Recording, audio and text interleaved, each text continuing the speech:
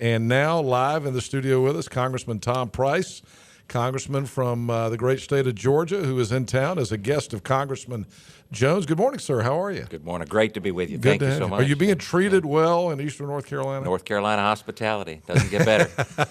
Now, where are you from in Georgia? Roswell, just north of Atlanta. I represent the 6th District, which is northern suburban Atlanta area. Is that the Roswell? Is that the area that's famous for the UFOs and all? That's New Mexico, Roswell, Oh, New Mexico. I knew that. No, different Roswell. I represent Newtsold District, north side of Atlanta. Oh, you're in Newtsold District. Okay, great. Well, great to have you. And you're a physician by trade. That's right. Now, you were a general. You're a specialist. Spent 20 years to practicing medicine, orthopedic surgery, bones and joints. Oh, really? Interesting. My wife says I made a wrong turn on the way to the office and qualified to run for office one day, and here I am. So I got a good. What is it about orthopedics, guys? They have all these outside interests. I have a good friend who's an orthopedic surgeon from the western part of the state, and he owns radio stations. Huh. I mean, what is it? Is there something in your training that makes you want to do more or something? Orthopedists are good folks. You know, we look at a problem, we identify a problem, we solve a problem, and move on. That's what needs to happen more in Washington. No kidding. So how long have you been in Congress? It's my 5th term, 10th year. Okay. Serve on the Ways and Means Committee and Vice Chairman of the Budget Committee. And we do a lot of work on health care, obviously, because it's such a challenge. In fact, you've been I've seen you on national media quite a bit talking about Obamacare. You've been one of the and it's interesting. We all worry about it, but none of us understand it. I was actually visiting this weekend with a good friend of mine who, by the way, I noticed was in your audience yesterday. Who's a local specialist here in town and a very good friend, and we were talking about some of this stuff. And I think it's just so complicated, but we're all worried about where it's going because we're already seeing, I think, some effects from the economy. I was talking earlier about how I've even, had to kind of put a mandate down here in this company that we will not have any part-timers work over 29 hours, 30 hours a week. Isn't that crazy? It really is crazy, and I feel guilty about it. I feel terrible. You shouldn't. About that. You got a health care law. You got Washington making a law that's affecting how many folks people hire, how many employees people hire, and how many hours you let them work. It just doesn't make any sense. And you're right, the effects really are coming through, and we're seeing it all across the country. The higher deductibles, the higher co-pays, people are delaying their health care because of those higher deductibles that are mandated, that are dictated by the law itself. So you say you don't know about it, but you do because you're already sensing, patients are already sensing the changes in the healthcare system that aren't helping them. Congressman Tom Price, who is a physician and one of the experts on Obamacare and been one of the biggest critics of it in Washington, where are we with it? And moving down this continuum of it being implemented, where are we with it? And do you see any way to stop the train? Well, I like to say that what's it going to be like when Obamacare takes effect? Because it hasn't even taken effect yet. Remember, the president has already delayed or waived or pushed off over 30 provisions of the law itself, significant provisions like the employer mandate. So we haven't even seen all the bells and whistles of Obamacare. As I said, the American people recognize that things are changing in an adverse way for their health care, many of them. Now, there are some good things that have happened. There are some people that have gotten health coverage that never had health coverage, and that's a good thing. But we didn't have to put the government in charge of health care to make that happen, and that's our position, that there are positive solutions. There's things that we ought to be doing to make the health care system work for patients, make it so that patients and families and doctors are the ones making medical decisions and not Washington, D.C. Can it be stopped? I think it'll have to be stopped, and I think the American people know that, and people in Washington know that as well. It doesn't work for so many different sectors of our society, whether it's patients or docs or employers or employees. It doesn't work for the states. You've seen 36 states that aren't participating in the exchange that said no thanks, we're not going to do that. 24 states that aren't participating in the Medicaid expansion, not because they don't want to care for those folks, but because it doesn't work. And then for the federal government, it doesn't work from a financial standpoint. North Carolina did not sign on to the federal exchange. Was that the right decision, you think? I think so. I think so because and Georgia was one that did not as well. And the reason that I say that is not because of who the author of the law was or politics, but because it simply doesn't work. If somebody else is dictating to you what you must do, and then not picking up any of the tab, which is what a state exchange is, then why would you do that? That doesn't make any sense. And I don't want to get too far off of the subject because I want to talk to you about some state issues, but that's been another criticism here in North Carolina of the decision by the legislature and the governor not to expand Medicaid. Yes. Because, everybody's going, why would you not take free money from Washington? But the truth of the matter is it's not free money, number one. And number two, you can't trust the federal government. And in 2 years down the road, sure, they're going to pull the rug out from under North Carolina on that again. Absolutely. And North Carolina is going to be stuck with a $2 or $3 billion bill on that. Which is why 24 states have said no thanks. Again, it's not because they don't want to care for those folks. It's because the cost of doing so with the dictates from Washington simply won't work. That doesn't mean that we can't put in place a system that allows us to care for those folks, and we should. But right now, the flexibility for the states doesn't exist because of the dictates coming from Washington. Is there any part of this Obamacare law that's good? Well, as I said, there's some people who've gotten covered that didn't have coverage before, and that's a good thing. Now, I would say that they're getting coverage that isn't going to be helpful for them in the long run, and we can do it better. Many folks talk about being able to keep your kids on your health coverage up until the age of 26. That's not a bad thing. There are some folks who believe that makes them more dependent on mom and dad as opposed to less dependent on mom and dad, and that may have some consequences. But anything that we can do to get folks covered, the system that we propose, the solution, the positive solution that we put forward, we believe gets everybody covered. Not just the few that have been increased because of Obamacare. We can get everybody covered. We can do so allowing them to purchase the coverage that they want without being forced by the federal government to purchase coverage. So there are solutions. There are wonderful things that we can do, and we should be doing. When they first rolled it out, the thing that I was the most aghast at was that they were, for the first time in history, I think I'm right about this, we talked about this when it came out, and now there have been lawsuits on this basis. The president and the federal government's using the IRS to police and penalize people for something other than not paying their taxes. Yeah, it's a bad deal when you read that. Well, it's just kind of like the whole, all the IRS hearings right now where Obama's been using the IRS to go in and attack his enemies, and we know that it's happening. But with Obamacare, he basically did that right out in the open and got away with it. Yeah, it really is astounding. 16,000 up to 16,000 new IRS agents, and the individual that was in charge of Sarah Hall Ingram, the individual that was in charge of the division that targeted people for their political views in the IRS, is now in charge of the enforcement division for Obamacare in the IRS. Yeah.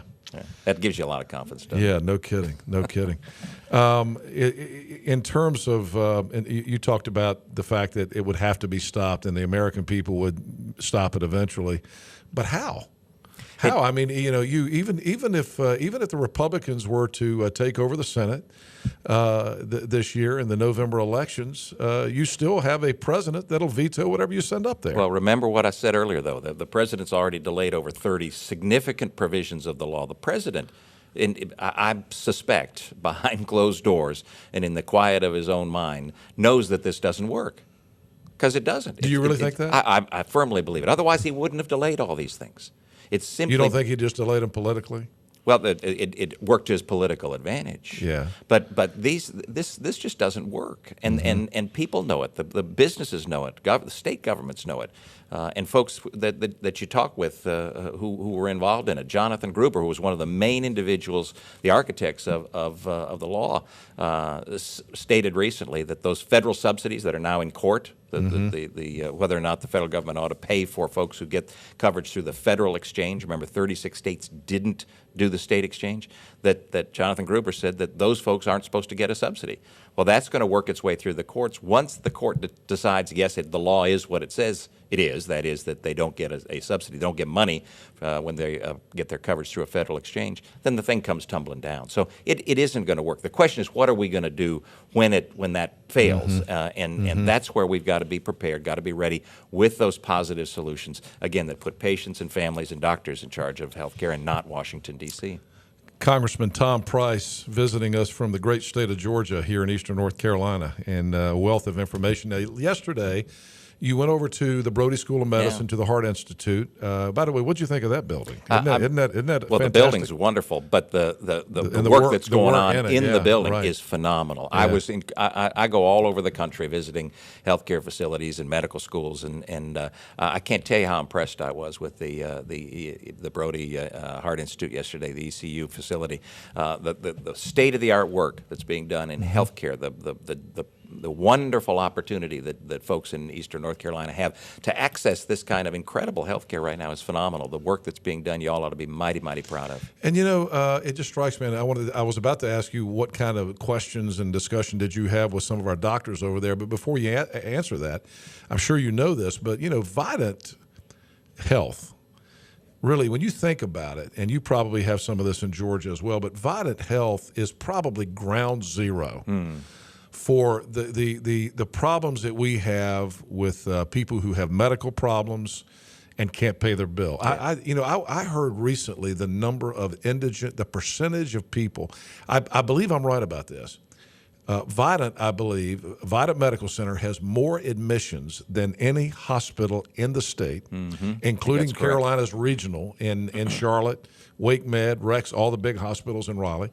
Vidant has more people that are admitted to the hospital, but over 30% of them can't pay. Now they're not getting kicked out. Right. They're not. Dave Herman and Steve Lawler are not kicking people out who are sick. No, that's not what hospitals and docs do. And still, hospitals have been able to pretty much stay solvent. Yes. But now, ever since this whole Obamacare thing, all these community hospitals in Eastern North Carolina, I mean, we see it right now in Kinston, Jacksonville, down in Glenn's hometown. They're looking for somebody to come take them over. All these hospitals are scared to death. Yes. And that they're not going to be able to make it because of Obamacare. Well, part of it's Obamacare. It's a significant portion. But part of it is also Medicare and Medicaid and the decreasing reimbursements to physicians and to hospitals through those programs. Both those programs are destined to fail financially, which is why it's imperative that we save and strengthen and secure those programs, the proposals that we've put forward to do so. I learned yesterday that in the Medicaid patients that are seen at Vidant, in the Vidant healthcare system, I believe, 70% of the reimbursement or the payment that they get from Medicaid doesn't cover the cost of providing the care to those individuals. 70%. So what we're asking as a society is a healthcare system to take care of people without paying for that care. That's a system that's destined to fail. It's not because the people taking care of the patients don't want to take care of the patients. It's because the system is flawed. And that's where we've got to concentrate. I talked yesterday to the group about keeping the patients at the center of all of this. If we keep money at the center of it, we end up with the wrong solution. If we keep patients at the center of it, we get to the right solution. But instead, he's here answering questions about health care. And enjoying it. Great to visit. Do you still practice? No, the House doesn't let you. Is that right? Yeah, that's against the rules. It doesn't make any sense, but it's against the rules. Why do they care? The 6 professions aren't allowed to work. So medicine and law, architecture, engineering. Interesting. Those folks can't work. Well, I guess you're getting paid a full salary, unlike the legislature where you go up there and make that big $13,000 a year. Which beats Georgia's, by the way. I served 4 terms in the Georgia State Senate. Oh, did you? Yeah. But you still practice then? Still practice then. Yeah. All right, 561-8255. We're talking health care. We're talking the future of health care and what the Affordable Care Act is going to be. We got some folks holding. Let's go to Guy. Guy, you're on with Congressman Price. Good morning. Thank you. Good morning. Good morning, Congressman Price. Hey, Guy. How you doing? doing? Doing fine, thank you. Congressman, according to the news sources I've heard, the Affordable Care Act, or a reasonable model of it, works in Massachusetts, which is something that Romney's supposed to have set up there. And in terms of and that it's working there. Now, what would you suggest as a congressman to would make how could someone get affordable health? No, how could someone get health care? And how could someone get health care? Let me pose this question correctly. And as a physician, what would you think would would the government have to do to make it work? Okay, Thanks, Guy. Appreciate the question. It's an important question because what are we going to do? You got to solve the challenges that we've got. We've got huge healthcare challenges, and there were significant problems before Obamacare or the Affordable Care Act came along. H.R. 2300 is the bill that we put forward. We call it the Empowering Patients First Act. Folks that want to go to our website can take a peek at it. It's tom.house.gov. They can look at the bill. But what our bill does is make certain that every single American, everyone, not just the few that have had increased coverage with Obamacare, every single American has the financial feasibility and incentive to purchase health coverage from a financial standpoint. And we do that through tax deductions credits, advanceable credits, refundable advanceable credits, so that everybody, every single American, can purchase the coverage that they want for themselves and their family, not that the government forces them to buy. This is our bill. Your bill. It's our bill. That's exactly right. And this is the third Congress. And this, I was privileged to chair the Republican Study Committee in the House during the time that Obamacare was being debated and discussed and passed in the House. This was our alternative at the time. We had a group of 25 individuals, many healthcare professionals who were in Congress, worked on this piece of legislation. So we can get everybody covered. You got to solve insurance challenges, portability and pre-existing being the two big ones. Nobody ought to lose their insurance because they changed their job, and nobody ought to be priced out of the market if they get an awful diagnosis. That's a terrible system that we've had in place.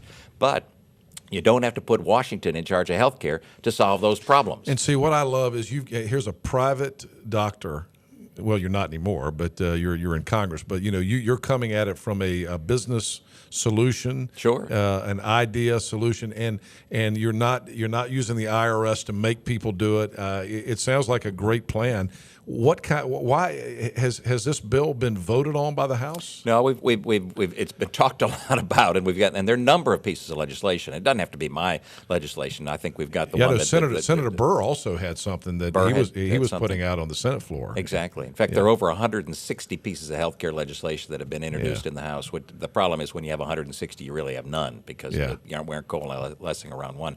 The wrap on the proposal that we put forward from the left is that Washington needs to be making these decisions. There are people sincerely who believe that Washington needs to be making decisions about what your health care is. The same people that run the Postal Service? Postal Service, the VA. The VA. Same folks. Yeah, and they need to be in charge. Yeah, and the rap from the right is that from the some on the right is that government ought not be involved in it at all. And so why would you do that? But the fact of the matter is, we've got a healthcare system that has significant challenges and significant problems. You've seen it here in eastern North Carolina, and we need to fix it. And there are wonderful ways to fix it without having Washington be the person in charge. All right, great question, Guy. Let's move on. 561-8255, 561-TALK. If you've got a question for Congressman Tom Price, 561-8255. Gary, good morning. You're on with the Congressman. How are you? Good morning, Henry. Yes, thank you, Congressman, for all you're doing. Really appreciate your work. Thanks, Gary. My question, I'm a home builder in eastern North Carolina. I've done a lot of work in Greenville and in Beaufort County, east of there. And over the years, we have seen where the entitlement society that we've created. I mean, I've had numerous guys go out on disability that aren't disabled. And without the Hispanic workforce, I don't know how we'd even get, if you go on any construction site, the majority of the workers are Hispanic. And it seems like our government has made people lazy. They don't have to work. And I think that goes back to the indigent situation Henry was talking about at the hospital. The government basically has created a society that doesn't have to work. And, anyway, you just go take it from there. I'm sorry. Well, I think to a great extent you're right, Gary. We've got a lot of programs in place that make the people make financial decisions. They make wise financial decisions. They say it's easier for me and it's better for me to take advantage of the largesse of the American people and participate in these programs as opposed to going to work. One of the principles that we have, and we've included it in our budget that we put forward, is that any individual that works in this country ought to be better off than folks that aren't working who are able to work. These are, we're talking about able-bodied folks. If an able-bodied person can get on some type of largesse from the government, state and federal government, and they're making more than the guy or the gal that's out there working away, that's just wrong. That's a perverse incentive, and those are the kinds of things that we need to be changing. We, in fact, have put in place work requirements through the House. It's sitting on Harry Reid's desk or in his bottom drawer, but we passed it through the House on multiple pieces of legislation that incentivize work, that say it's important for able-bodied adults to work. There's something that is fulfilling about work. Work's important for folks to do. They have a greater value, sense of self-worth when you work, and we ought to be incentivizing that as a government, not disincentivizing it. A few more minutes left with Congressman Tom Price, 561-8255. If you want to get in, well, when you were meeting with the doctors yesterday over at the medical school and some of the Vidant docs, what kind of dialogue did you have? What's coming out of their mouths right now? Well, this isn't unique for just Vidant and just Eastern North Carolina. When I talk to docs across the country, they basically ask the same kinds of questions, and they all kind of circle around. Why on earth are these decisions being made when they adversely affect what I'm able to do for my patients? We've got right now this push for electronic medical records to go to a paperless office, so you have ease of transmission of communication and of information. And that's an important thing to do. The problem is when Washington does it, surprise, surprise, it doesn't work well. Mm-hmm. So we've got doctors who are checking boxes. When you go to your doctor now, you may notice that your doctor's working on a keypad and a computer, as opposed to looking at you and making certain that he or she is connecting in that way that's so vital and so important. And the things that the government is forcing them to check off oftentimes have nothing to do with your health status or the problem that you came in to see your doctor for. So doctors are frustrated because what they see is non-medical people making medical decisions and pushing them in the direction of doing things that don't necessarily inure to your benefit from a healthcare standpoint. So. It's great to have you in Eastern North Carolina. I guess my next question, and maybe I'll make this my final question. Again, if you're just joining us, Congressman Tom Price, almost called you Dr. Tom Price. You are Congressman Dr. Tom Price. That's it. And Congressman Price is a orthopedic surgeon by trade. He is now in the U.S. Congress, serving his 5th term out of the state of Georgia. And so, you're qualified. If anybody's qualified to answer this question, you are. And that is this. Are you optimistic about the future of healthcare and its effect on our country? Yeah, I am. I'm very optimistic. If you're not an optimist in the world of politics, then you're crazy, because you beat your head against the wall day after day. But the reason I'm optimistic is because I know that this is the greatest country ever. We've been through huge challenges. We're in the middle of a storm as it relates to healthcare right now. But we'll get through that storm, and we'll end up at the right place, because that's what the American people will demand. So I challenge folks all the time: engage in the system as actively as you can. Our system only works when people get involved. So it's important that folks engage and let their representatives know what they desire. We'll get to the right answer, because it's the only thing that actually works, and that is when patients and families and doctors are the ones making medical decisions, and not your federal government. All right, we got time for maybe one more call, and Terry is holding. Good morning, Terry. You're on the air with Congressman Tom Price. Hey, Henry, how you doing? Good. How are you? I would like to ask the congressman. I do believe that the Medicare program is probably one of the more popular and successful programs that the government has in healthcare. Is there any thought of folding the Obamacare system down the road into something that works with Medicare and just expand Medicare? Has that ever been considered? Well, thanks, Terry. There are people who believe that we ought to have Medicare for all, some folks describe. And Medicare has worked relatively well, but the problem with Medicare is that it's going broke. Literally. And that's not Tom Price saying that. That's the Medicare actuaries. Those are the folks who are charged with making certain that the program is financially solvent. And it's slated to run out of money because of the demographics of our society. We're an aging population. We got 10,000 individuals reaching retirement age every single day, and that's going to continue for the next 10 to 15 years.